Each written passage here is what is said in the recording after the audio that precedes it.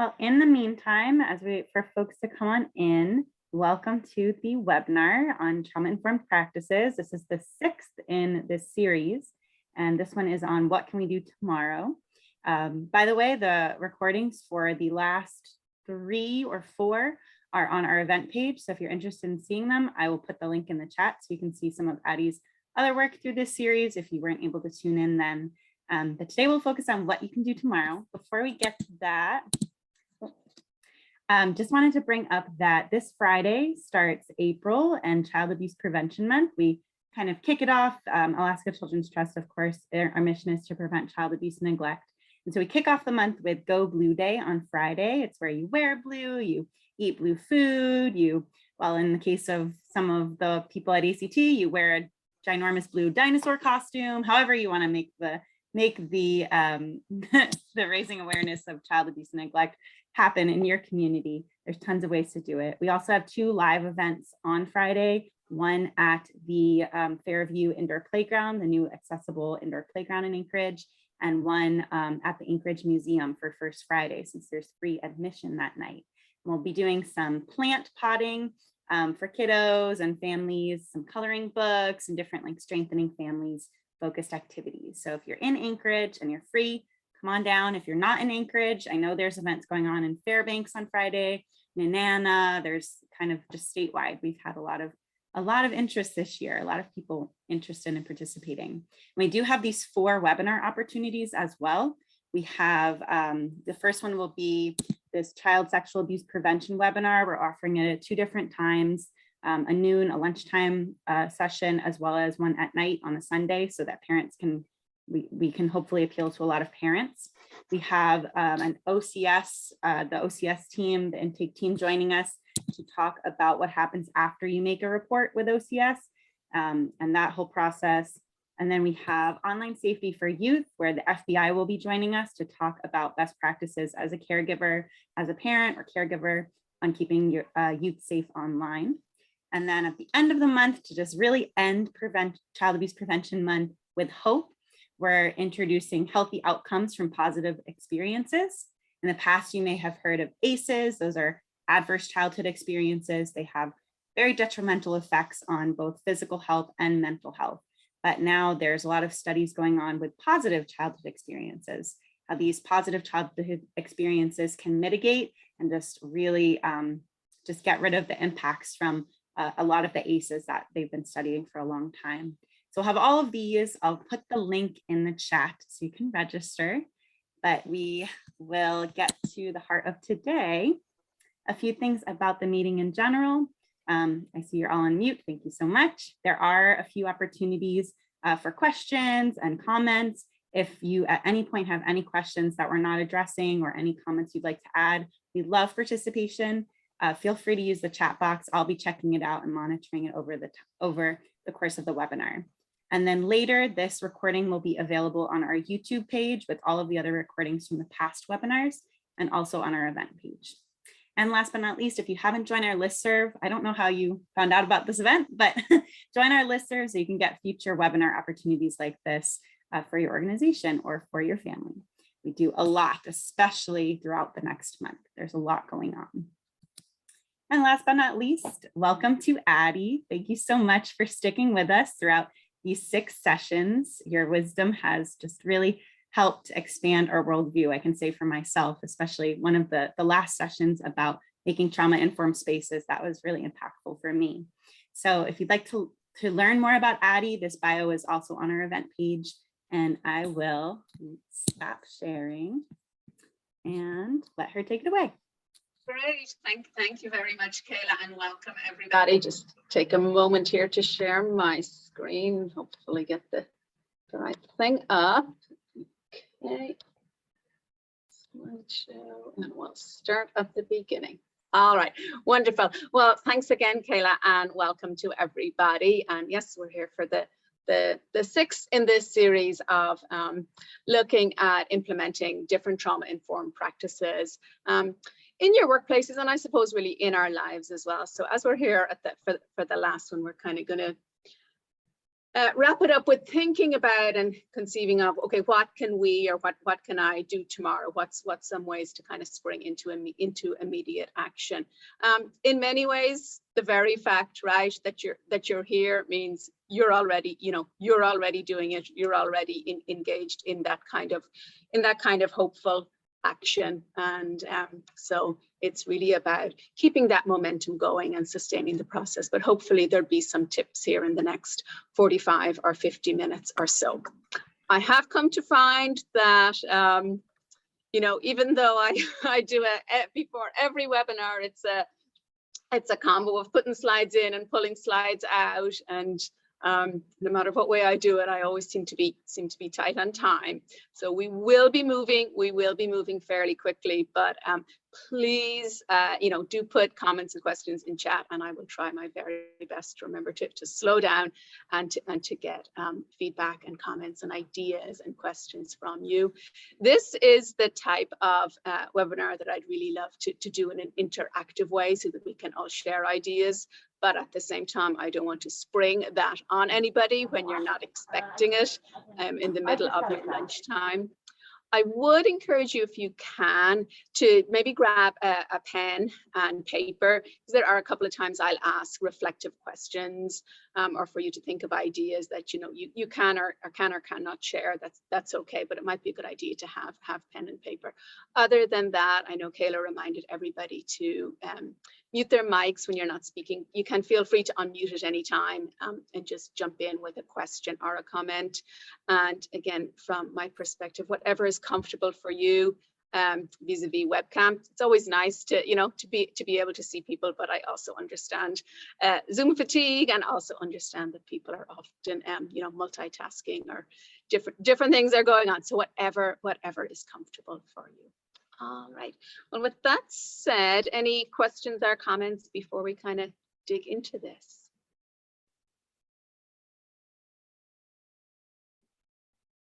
Okay. Welcome again. I feel like spring is a good time to talk about these things, to talk about what kind of actions we can take in the immediate future. So briefly, what we're going to do is we'll kind of just start with a little bit of setting the context or big pictures, why we might focus on trauma-informed practices at an organizational level. Then just a little bit on the importance of small changes, and being able to look at what it is we as individuals or members of a team can do. Then we will spend a good bit of time talking about choosing strategies and some specific ideas and examples. And then there'll just be a little piece at the end that's over to you. Do not panic about that. It will be an invitation for you to reflect and jot down some thoughts, and if you wish to share them. Okay, so I suppose one of the big picture questions is, why would we focus on trauma-informed practices outside of a clinical setting, or maybe outside of a classroom setting or a clinical setting? So I think there is, which is wonderful, that there has come to be pretty general acceptance if we're looking at treating somebody in a therapist's office who's experienced, say, childhood adversity or trauma, or if we're thinking about a classroom full of children, that we might want the therapists and the teachers to be equipped with some trauma-specific or trauma-responsive skills.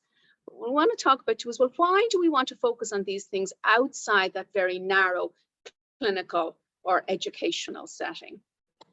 And really, one of the reasons is, and I have this slide, I think, at the start of all of my webinars, is that trauma doesn't just impact people who show up in therapists' offices. Trauma is, we know from the ACEs studies that Kayla has referenced and that we've talked about in other webinars, trauma is pervasive, it's universal, and it's life-shaping. And so really what we want to do is to alter all of our organizational practices so that we support not just children or clients, but that we support the staff and our clients, whoever they may be, their coping capacities, that we embrace people in their full humanity, that we honor people's strengths, and that, again, not just in narrow clinical practices, but that in shaping our workplaces, that we avoid recreating the conditions that are traumatizing, or that are, you know, that are damaging to our full humanity and to the human spirit. Dr. Sandra Bloom, who is the founder of the Sanctuary model of trauma-informed care that I'd really encourage all of you to check out if you haven't already, I think puts it really well when she says that trying to implement trauma-specific clinical practices without looking at trauma-informed organizational culture change is like throwing seeds on dry land. I do just want to make a note on language as well.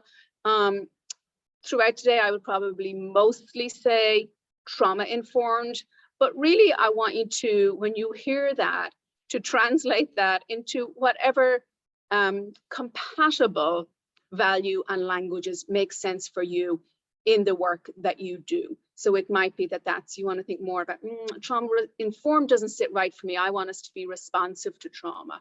Or I want to take a little bit more of a positive and a hopeful kind of a slant on this. And so we think about our organization as being healing centered or being resilience focused. Or I have lately seen, you know, moving a little bit away from the word trauma itself to looking at maybe being adversity focused, because we all have different definitions of what exactly trauma might mean. So maybe just let's be focused on the fact that there's, you know, that people experience a lot of adversity and stress in their lives, and how do we create the conditions that are focused to support the full human in that kind of a setting. So just kind of did want to flag and mention that.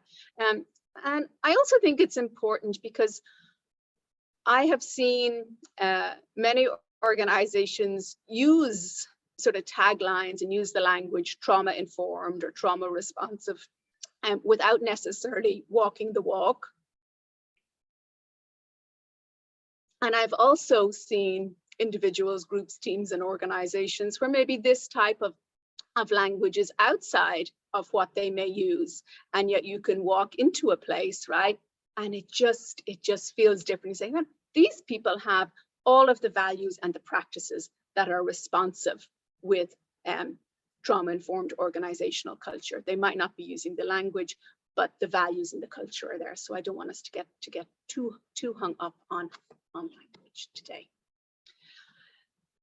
Another sort of way to conceive of this, if you're thinking about, you know, where do I start? What does this mean? What does it mean to, you know, to have trauma-aligned values in our workplace? I feel that that I've adapted a little bit from the National Council on Behavioral Health, encapsulates it pretty well. So if you're looking at what way, you know, would I like my workplace to be aligned with these principles and values, we could maybe think about a safe, calm, and secure environment where the care or the services are supportive, where there's system-wide understanding that trauma is prevalent and the impact of trauma or adversity on people's lives, that we are in a workplace where there's cultural humility and responsiveness practiced, where clients or consumers or students or families have some voice, choice, and advocacy in the workplace, where the services we provide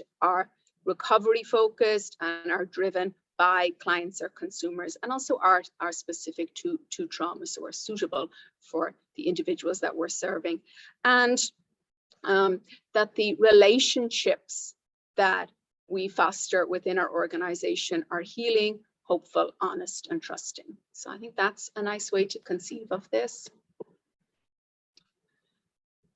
But often you just walk into a place, right? And you can feel in your body that sense of calm or welcome or peace, or maybe very, very busy. Maybe there's a high energy and you're like, yeah, but people are happy to be here. Things are going well. This is a hopeful, productive, healing, safe, welcoming place. This place feels different. And so what I would invite you to do for a couple of minutes, and really for this to focus a little bit in on sensations that you might have in your body.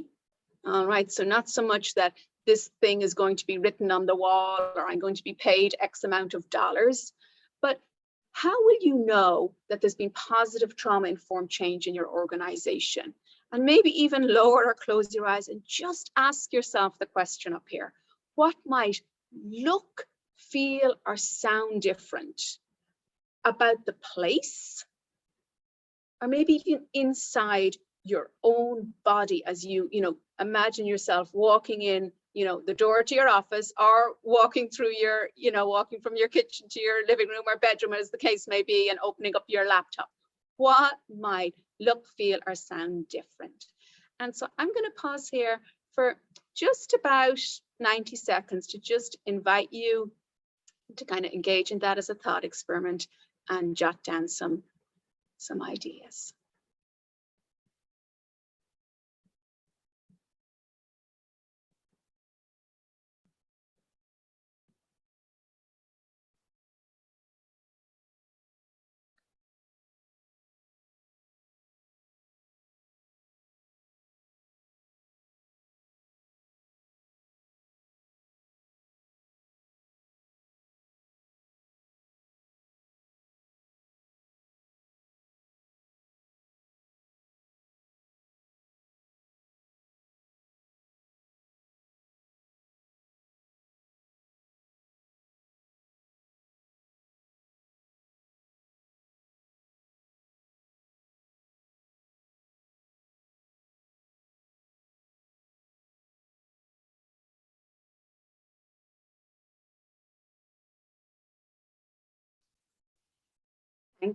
Thank you for that.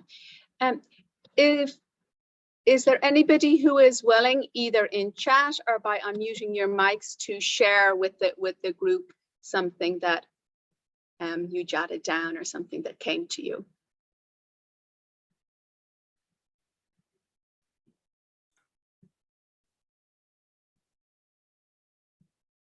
I can think of a few things. Hi, my name's Aline. I'm calling in from Copper River Native Association. One thing I can see is, for example, after our school, in our after school program, after a trauma training, some of the educators exercised a more trauma-informed discipline approach, things that might have been considered before as behavioral issues only. The teachers were able to take more of a behavioral health approach to it and a trauma-informed approach, which meant not only addressing the behavior, but also what was provoking the behavior and how to help the child manage their emotions and start teaching social emotional learning at the school and going more to the root of the problem more than, the chair that was thrown across the room or something. So that's one thing I can think of. Another thing I can think of is the work we're doing to make our waiting room areas in the different areas of our clinic, whether it's primary care or behavioral health, more trauma informed with more privacy, with handouts that might be helpful, places where they can feel safe, that are not loud, things like that. So just a few things that come to mind. Thank you so much for that. Yeah, so seeing there be a shift in discipline, or seeing there be a shift in staff and how they react or respond to behavior from kids, and then thinking about, something like a waiting area, even this idea that, I might walk in and it's not as loud, it's not as jarring. Beautiful. Thank you so much for being willing to share that. Looks like we have a couple of comments in chat. Yeah, so Deanne, again, I think echoing that sense of feeling calm, feeling cared for, that we would notice that in our bodies. And Annie, feeling like you belong as opposed to feeling like you need to fit in. I love that. That's beautiful. Yeah. So it's not about everybody being the same, but feeling that you are welcome and that you belong. And how do we create those conditions? And that's certainly a tangible feeling. Thank you all for that. I really do encourage you, when you're thinking about, what is it that I can do tomorrow? A lot of the times really and that's, the way we're wired, we're focused on what's wrong, and we're focused on problems, and what needs to be fixed. And I really would encourage you to start to sort of seek to consciously make this effort to notice when you do feel these things, when you do enter a space, or maybe just a one-on-one conversation with somebody, we're like, oh, I feel calm, I feel centered. I feel like I belong. I feel like this is a good space. And then start to ask yourself, what is good? What is right about this relationship, about this person's facial expressions, about the color of this room? So just really start to notice when things are right, and then to ask, what is it? What's special about this person, this team, this environment that's creating those conditions? And some of that sort of way of noticing or looking for the positive, I'll just mention, it comes from, I suppose, a facilitation and a conversation model called appreciative inquiry. So that would be something as well that I would encourage you to look up, and certainly you can download the very sort of basics of some of the appreciative inquiry methods, but it can be a really good way to sort of flip the way we look at making trauma-informed or other changes in our organization, and a little bit more of a sort of a strengths-based model. When do I notice things are really good? And then how can I maybe make some shifts to get towards there in other areas of my life? So thank you all for participating in that. Okay, again, we're still here kind of just thinking about big picture and how to conceive of this. And kind of information, you know, one of the things is share information, you know, with your colleagues. Share this with somebody else. You want to build up that awareness. But again, we want to make sure in our organizations that we're realizing the prevalence of trauma, recognizing that people have trauma or stress responses in our workplace, right? And that's where we come from, that we want to sort of assume good intent even when people may not be acting in the most pro-social or positive way. We want to recognize that sometimes stress responses or the impact of adversity or trauma is not something that somebody chooses. And so we want to respond both at an individual level, but also at an organizational level, with principles, practices, and policies that are trauma-informed. And as mentioned, we want to make sure that at a minimum, we resist conditions and relationships that re-traumatize people. When we're talking here and talking to you know, many of you, as most of you, I think, as you know, individual people who have signed up for a listserv and then went ahead and registered, and not only did that, but when you were registered and it was on your calendar along with maybe 2 other things, you followed through with the registration, and you came here and said, I'll listen to this for an hour and see what I can get out of it. And you know, this is what we're talking about, is these small things are important, and that small things do move us forward. But sometimes it can be hard to remember that, or to feel as if something small is making a difference. And so we do just kind of want to take a little chunk of this time here to say, yes, you know, yes, it does. And how do you eat the elephant? Eat the elephant one piece at a time. All right, so progress might be slow, but it is still progress. I know there's lots of analogies, right, for how our small changes in the right direction can really make a big difference. Another one I came across recently that I like, and I think is probably a nice sort of analogy for us here in Alaska, that maybe changes that we make are just one small little crack or one small little hole in what looks like a monumental or a giant problem. But if we think about earthquakes or buildings collapsing, right, if a lot of it is about those well-placed, well-positioned little cracks, like where they are when something big happens, can really shift a whole system when the time is right. And I think we see, we sort of see that happening. So there can be small, and then a big shift and a big change can happen. But we want you to know that the changes and the differences and the effort that you're putting in now really does make a difference. Small change is also powerful because it shifts us from an idea into concrete action. There is no end, no shortage of books, trainings, podcasts, learning communities, research studies, whatever, on trauma-informed care out there, right? It is endless, right? And so you could, and there's nothing wrong with that. You could devote, the next 10 years of your working life to sort of gathering information and training related to trauma-informed care. But small change then shifts us from theory into action, and that in itself, right, is sustaining to you in the work that you do. And there is great power in moving into that action piece, and kind of just seeing hope as well in some ways as not a sort of Pollyanna-ish, oh, everything's going to be okay, but I don't have to do anything about it.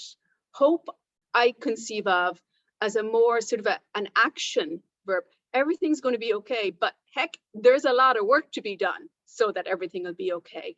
And I'm going to do, you know, my small piece. And so I think just recognizing that that shift into concrete action is both good for the cause that you're working towards, and then also for the sustaining of yourself. And that, of course, you know, small progress is still progress.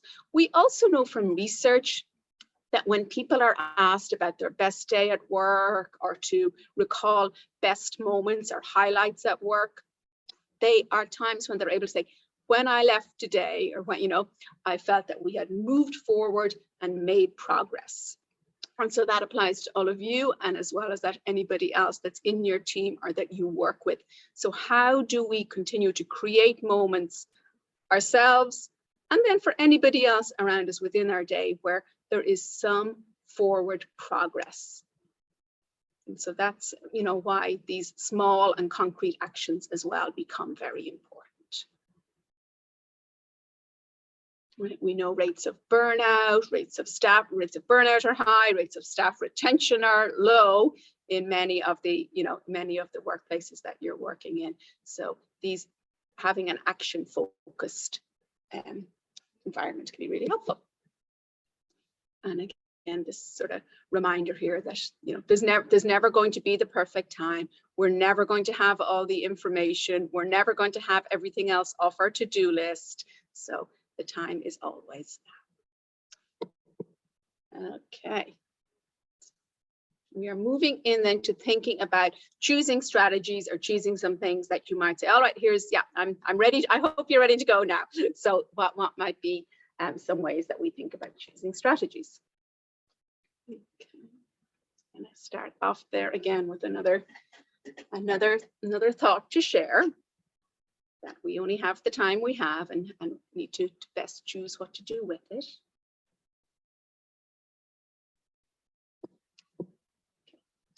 We want to remember that any kind of change is a continuous process and not a program with a finite or an end point.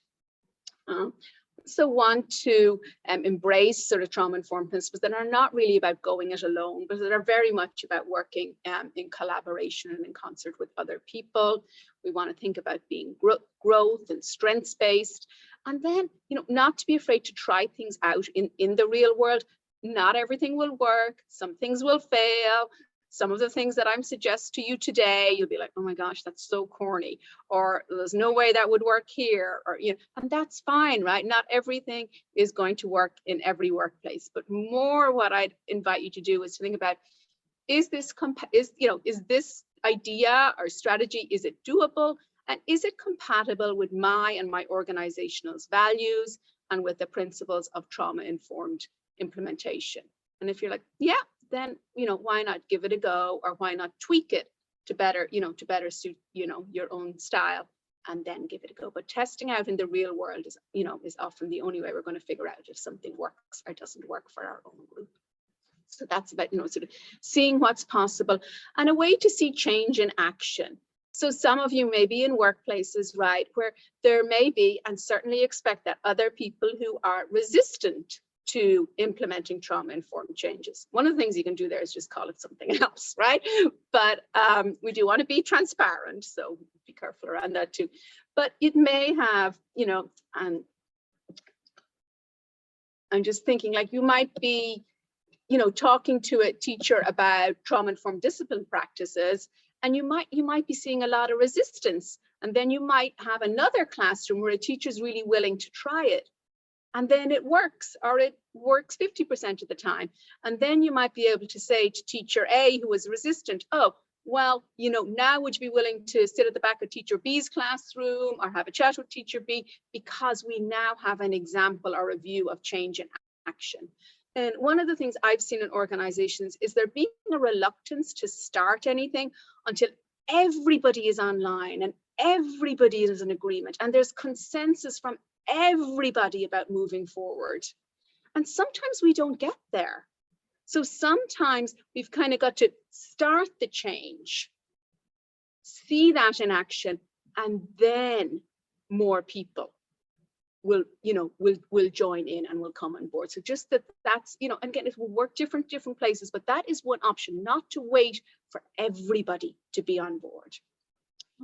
And the last point there, I do have that bullet bolded because I think it's a really important reminder when we're doing trauma-informed or other aligned work, is that at the end of the day, how we do the work is the work.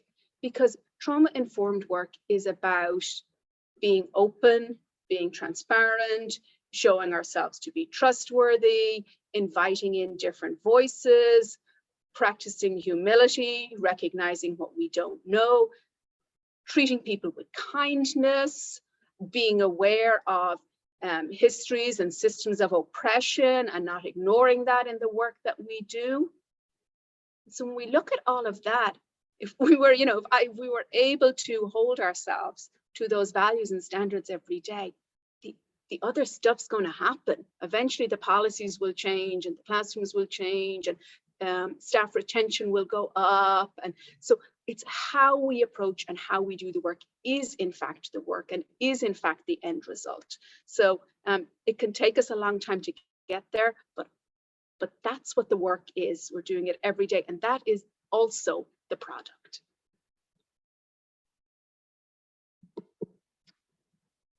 Probably seen something like this before, but it is good to remind ourselves that when we're in the messy middle, we're still getting there. We're still making that progress.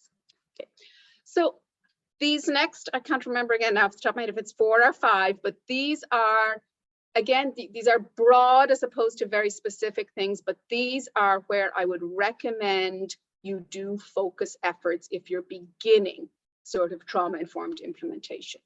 Building awareness and generating buy-in. Okay, so you might want to think about what can I do? So building awareness is everything from thinking about, okay, who in my organization has any, has basic training on sort of trauma 101 or a history and hope or, these kind of things, or, who doesn't know. So how can you build up awareness and sort of spread training, basic training around stress, adversity, trauma to, more than just a few people in your organization.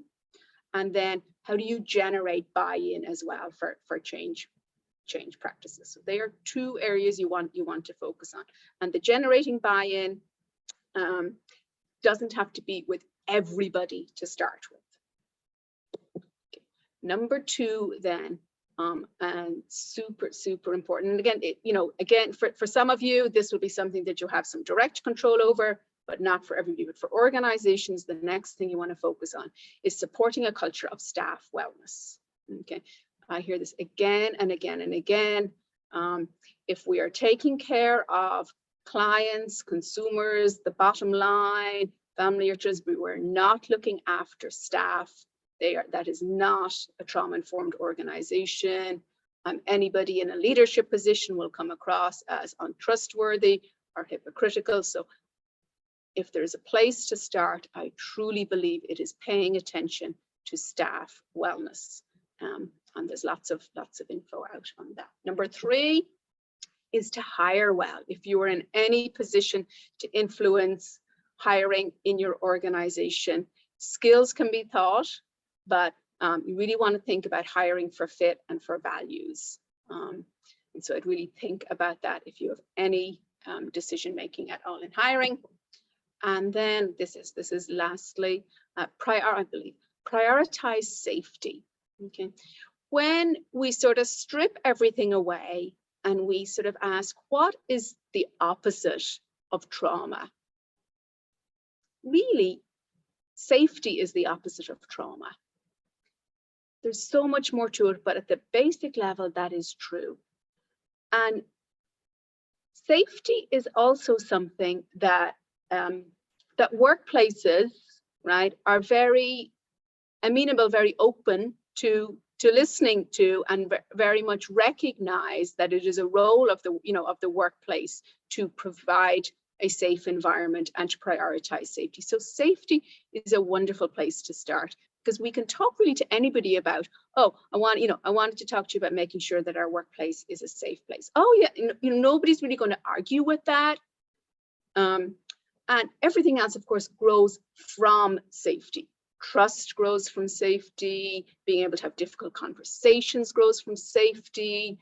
Everybody feeling welcome grows from safety. Staff feeling supported grows from this space of safety. But really, I kind of think one of the reasons to prioritize safety is that it's a great hook to speak to anybody about trauma-informed care. And you can start with physical safety, but then you can really advance and go on beyond that. Okay. Judith Herman is a very famous early researcher in post-traumatic stress disorder, and really was sort of a pioneering psychiatrist of her time, who, when PTSD was first diagnosed in Vietnam veterans as that specific disorder. And Judith Herman said, hey, we see the same symptoms, we see the same impacts of trauma on women who've experienced rape and sexual assault. And so I just think, again, she has a great quote here about the sort of the primacy and the importance of safety above and beyond anything else. Thinking about specific practices, specific things that you might want to do. Just have a look at this sort of quadrant here.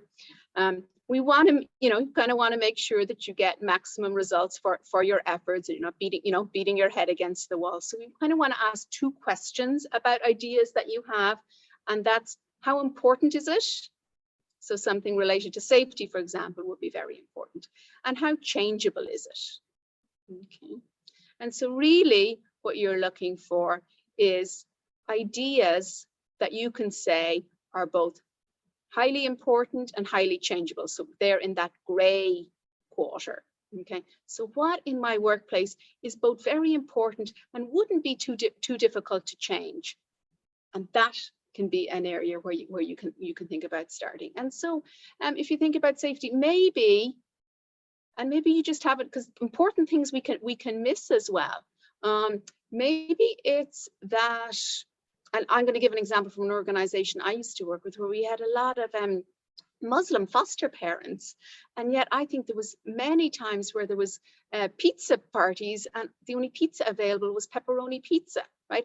I think that falls under a highly important issue, right? That there's not food available that's culturally appropriate to everybody who's being invited to an event.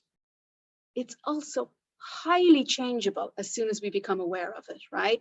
Hey, we can, make a change here really easily. That is going to be very important to the type of workplace and the type of environment that we have. So what are those things in your organization that are both highly important and highly changeable? Because that's where to start. Another thing then to consider, of course, is we don't want to be too frustrated, so you want to think about what, and there might be so many things that are in your zone of concern that you care about, but what is in your zone of control and your zone of influence? And again, they are the areas where to begin with to focus your efforts.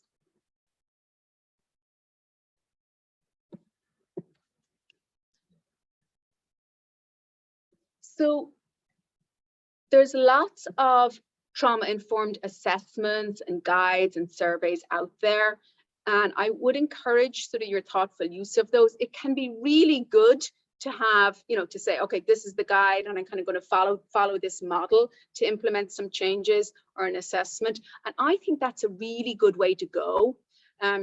Sort of why I say thoughtful, or I have a caution around that, is that I think this is another one of these areas where you can kind of go down a rabbit hole and get so stuck and so overwhelmed and not know where to start and never really kick things off because there's so much information coming at you. So I am going to, here in a moment, I'm going to show you one assessment that I recommend, and at the end, sort of two implementation guides. They are not, that is not to say that they are the best or, the final word on anything, but it's more to sort of suggest to you that as long as what you're seeing is generally appealing to you and is aligned with your organizational values, that you say, hey, yeah, I'm going to take this and we're going to try some of this stuff out, because you can just sort of keep spinning your wheels by looking at everything that is out there.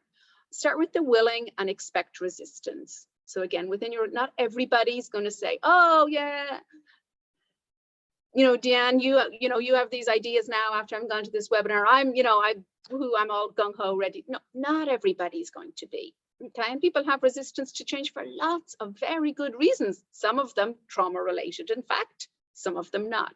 But you don't want to do things alone either, because that can be isolating. So see who you can get on board, start there, and do expect resistance. You want to look at, when we look at highly changeable, that often means things that are cost neutral. So what are some cost neutral options?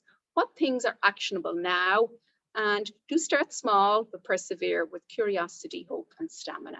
Again, it can be a great idea to do a small demonstration program or project, and this can be a way to sort of get some people who weren't on board early on to come along with you. So just some thoughts there.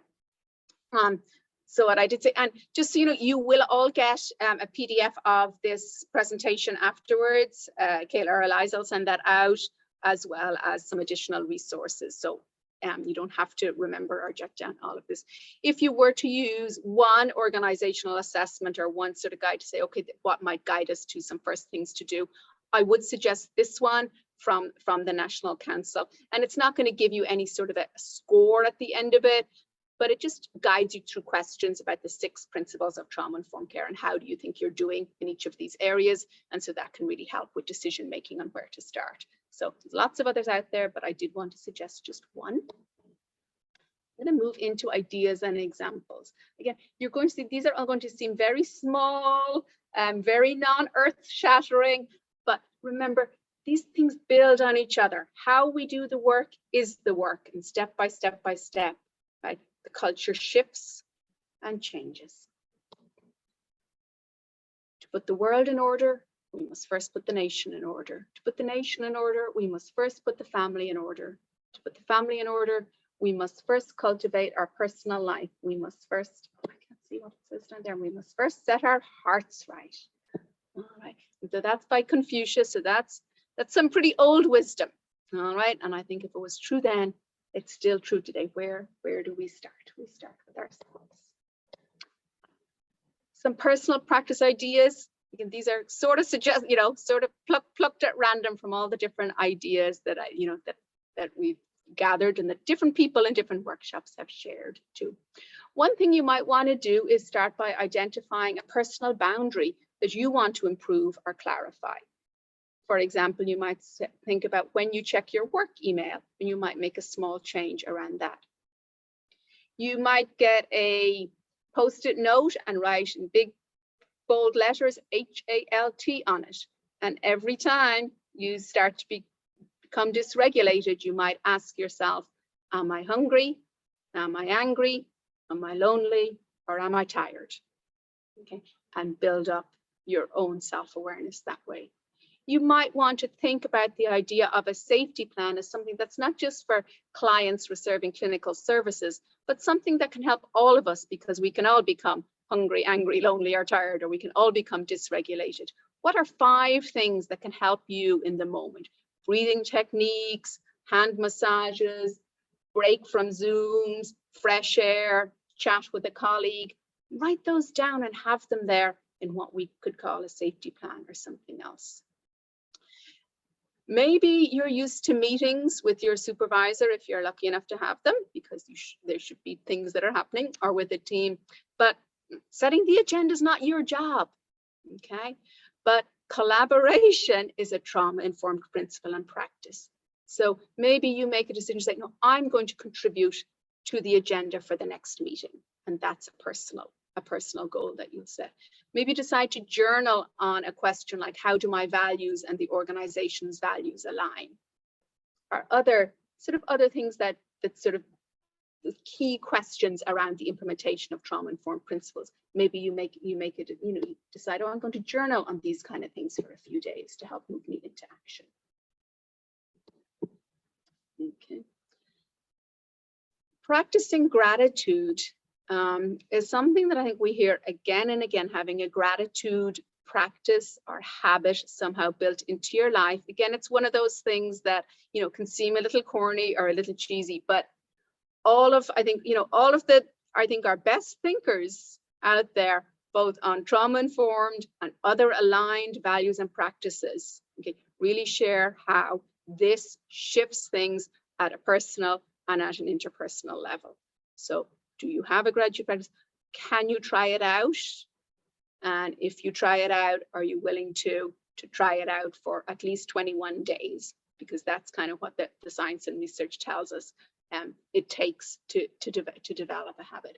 If you needed some or wanted some help around developing some of these habits or practices, either by yourself or with, we talked about start with the willing, with people who might be willing, either in your own workplace or your own little community, or else beyond into an online community. I'd encourage you to check out this website, KindSpring, where you can sign up for, and it's very minimal work, but for sort of a 21-day challenge where you will be prompted to engage in kindness, gratitude, or mindfulness. You don't have to do them all at once. Practices. Other things you might think about at a personal level. We have a lot of miscommunication that happens in workplaces over email. And I think it's Brene Brown who's famous for reminding us that clear is kind. We don't always have to say nice things to everybody, but we do want to be clear in what we're saying. So maybe you make a commitment for a while to say, I'm going to double check that my emails are clear, that they're not open to misinterpretation. And there'd be things like, say you're supervising somebody and you want to, you send them an email saying, oh, can I meet with you, Elaine, on like Friday? And you don't say what it's about, right? Can you imagine the sort of anxiety and the stress that might bring up in the person you're supervising? They're like, oh my God, my boss wants to see me on Friday. I'm going to get, fired. I'm going to be in trouble for this thing that I did. And so it's not just clarity, but also, in what way might a person potentially interpret this, or what impact might this potentially have on somebody the more that we're communicating sort of non face-to-face? And so maybe paying attention, not just clarity, but how might this impact somebody else's day, this email that I'm sending? And make yourself a note for a week, put a sticky on your computer screen to say, I'm going to double check my emails for the impact that it might have on the sender. Maybe you just decide, I'm going to start to make a habit of introducing myself and asking others how they like to be addressed. That's everything from gender pronouns to some people prefer, Mr. or Mrs. Some people prefer first names. Some people might, that you might find out that there's somebody in your office who's been called a nickname by everybody, but that's not how they prefer to be addressed. So that could be a trauma-informed habit that you sort of take on board. The next things, paint a wall, knit a hat. We sometimes need to do something that's completely opposite and different to the kind of work that we are doing, and where there's a tangible end result, right? So there are end results 100% from making a habit of asking people how they'd like to be addressed, but they're not as tangible or as visible as if we knit a hat or paint a wall. So do give yourself permission to do those things too. Maybe you want to develop a ritual for the end of the workday. And if you're working, the ritual could be as simple as, I've heard someone say things like, oh, I've got a pretty colored scarf and I put it over my computer screen at the end of the day. You'll still pull it off if you need to, but what are those things that can help you with setting boundaries? Maybe you join an online community. PACES is one that used to be ACEs, adverse childhood experiences, and now, as Kayla was saying, we focus not just on adverse but also on positive. So that now stands for positive and adverse childhood experiences. Or sign up for a podcast if you're looking for one. I would recommend Future Tripping with Laura Vandernoot-Lipsky. She's wonderful. If you want to take the implicit bias test. All right, moving on. Team practice ideas. just going to run through them again. None of these are just there to say there's so many different ways you can start. Maybe with your team, you develop your own sort of charter or mission or vision. Your organization has one, but what about your team? Maybe you add a safety tip of the month to your team meetings, and they can be physical safety for the first month or two, and then you kind of start to sneak in the social safety and emotional safety, and you remind people, hey, all of this is safety.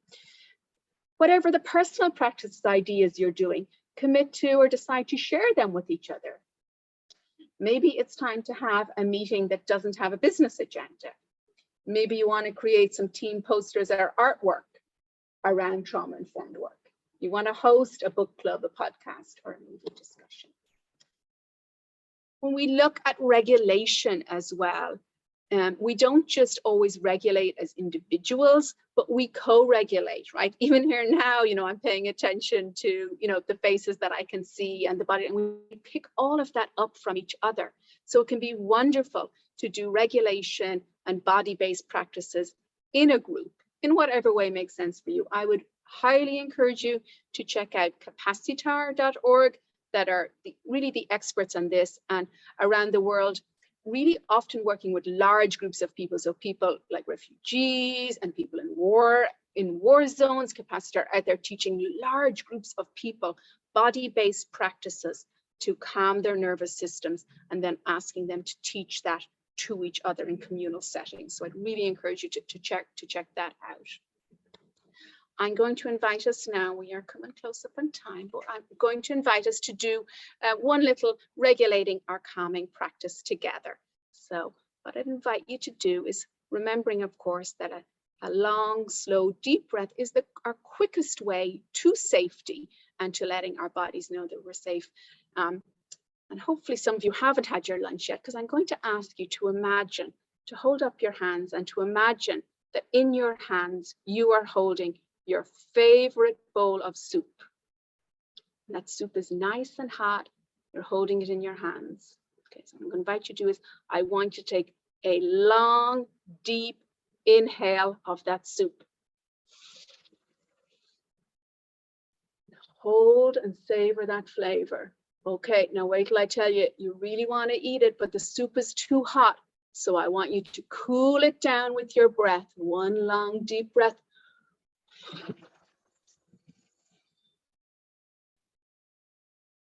Cool your soup. Okay. If you think you need to do it again, do it again.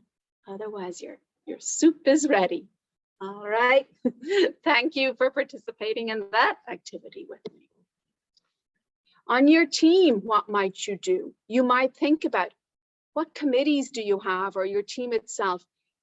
Is membership adequately representative, right? Does the team represent who your community and who your organization represents? You might think about the fact that we really want to appreciate each other at work. And, some people like when it's their birthday for there to be birthday cake in the staff office. Some people don't like that. So let's learn that about each other and then honor that in people. So there's fun little, the 5 languages of love are in the workplace of appreciation. You can take those quizzes of the team and learn that about each other and then act accordingly. Make sure, and I kind of gave an example of this earlier, that your team potlucks or get-togethers have food that is suitable for all. This reminds me of, and I'm sorry, I can't remember your name, but whoever put in chat at the beginning saying, things will look, feel, and sound different when I feel like I belong rather than that I have to fit in, right? This is a really good example of this, right? You can go to a potluck or a get together and, there's not food there for you and you can, bring your own packed lunch, that's fine, right? But how different might it feel if there's something there for you? But you don't have to eat the same as everybody else. At an organizational level, what can organizations do? They can say, okay, let's go around, let's check that, and let's put right, we're sort of, again, that's starting with the safety. It's a safe place to start. It's a low risk place to start.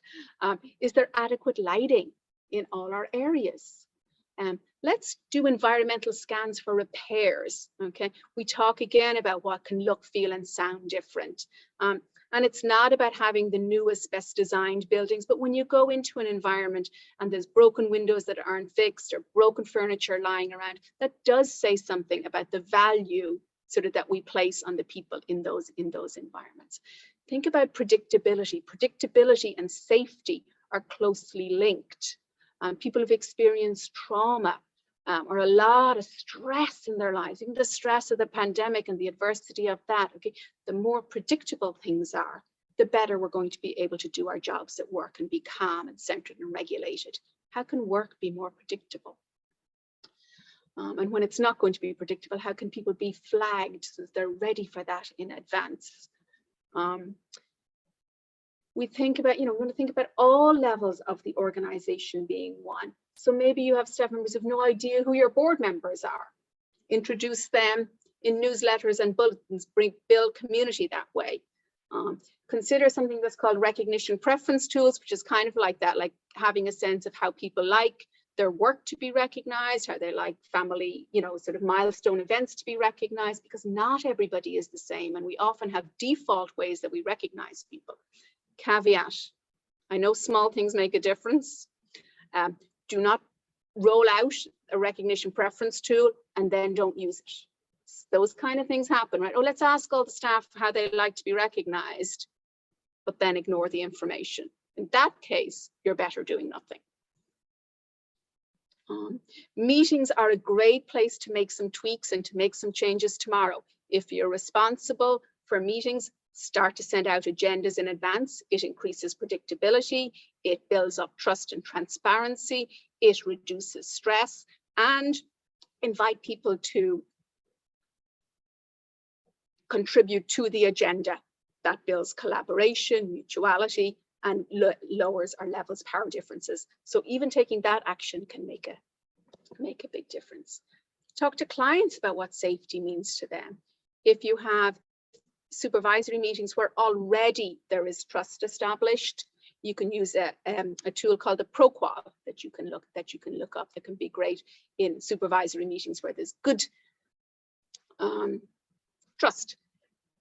If there are sort of staff and workplace wellness initiatives, kind of ask, is it all about telling somebody individually, do this, do this, do this? Or is it center healing and support more at a group level? Look at your agency forms. Look at the literature that you have in your waiting room. Look at your media. Is it a good match for your community? And there's lots of sort of guides that are out there that can help you with that. Look at the artwork on the wall. Does it fit your community? Okay, some ideas there for sort of specific ways to create and changes to your physical environment. And I know we did a full webinar on this as well that you go back and listen to. I am a huge fan of sort of tools for action or implementation that are simple, right? So after this, you might ask yourself, what were the, what at my workplace sort of came into my mind as I was thinking through this? And so what? Why does that matter? And now what? And the now what is 3 things that you might decide to do. Or after this, and thinking about it, what are some things in your life, your personal practice, or your team, or your workplace that you want to keep doing, what you want to start doing, what you want to stop doing? Okay, if you're able to put, 1 to 2 things in each of those categories, that can put you into action as early as this afternoon, not even tomorrow. Okay. These are some examples of Tomorrow I Will from another workshop similar to this that I did. And so we had people saying things like, tomorrow I will ask people their names. Tomorrow I will enjoy the crisp air. Tomorrow I will add staff safety to our meeting agenda. Tomorrow I'll get a list of suggested training topics that my team want. So these are all Tomorrow I Wills. So I'm going to give you like 15.5 seconds to think. What are your ideas? So I know we're right up at time, but does anybody, I hope you have been thinking as you're going, if anybody has a Tomorrow I Will commitment they're willing to share publicly, and by publicly with this small group, although I guess we're being recorded, that you would unmute and say or put in chat, when we commit to something out loud and in public, we are more likely to do it. So it's an intervention in itself if you're willing to commit. So do we have anyone who's willing to commit in person or in chat?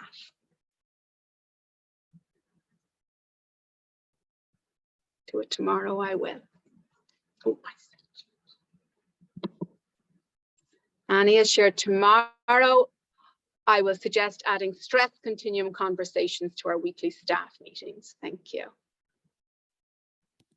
And for me, tomorrow I will ask, we asked before about what people's like love languages were for work and how they like to be thanked. And then I don't think we ever did anything with it. And now we have new staff. So we need to Okay. ask again anyway, and then do something with it. Wonderful. Thank you, Kayla. I see in the chat as well. I will send, yeah, the link for that assessment for sure. To everybody. All right. And I forgot to even stop for questions. Okay, any more? I know we're right at time. Any other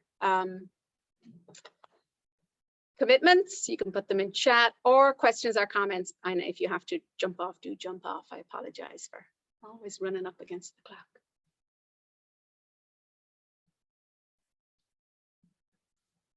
Okay, I'll leave you with this.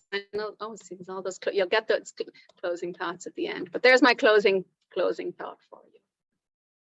And a copy of the PowerPoint will go out to you. So those last things we didn't have time to go over, you'll be able to review at your leisure. Okay, Kayla, I know you might have wanted to say another couple of things before people go. Yes, if you wouldn't mind, stop sharing screen real quick. Yep. Thank you. Yeah, we are. So since this is the last of our series, we're definitely looking to write some kind of report or blog post about the series. We're doing a survey so that we know what kind of training to put on in general for the future, and also what time of day, because we found that noon has been good for a lot of working professionals, but not as good for parents necessarily. And often those two groups overlap, but we're not a lot, we just want to make sure we're doing the right time. So if you wouldn't mind, I'm going to send a survey out in the chat right now. It will take you probably 2 minutes. And if anybody is interested and willing, we would love to get a few quotes about your experience taking any of the sessions. I'm not sure how many of you have been to multiple, but if you're willing, if you wouldn't mind staying on, I would love to talk to you about your experience and just get some info from you. So thank you so much. I'm going to hop off because I did have a 1 o'clock. So thank you, everybody. And thank you so much, Kayla.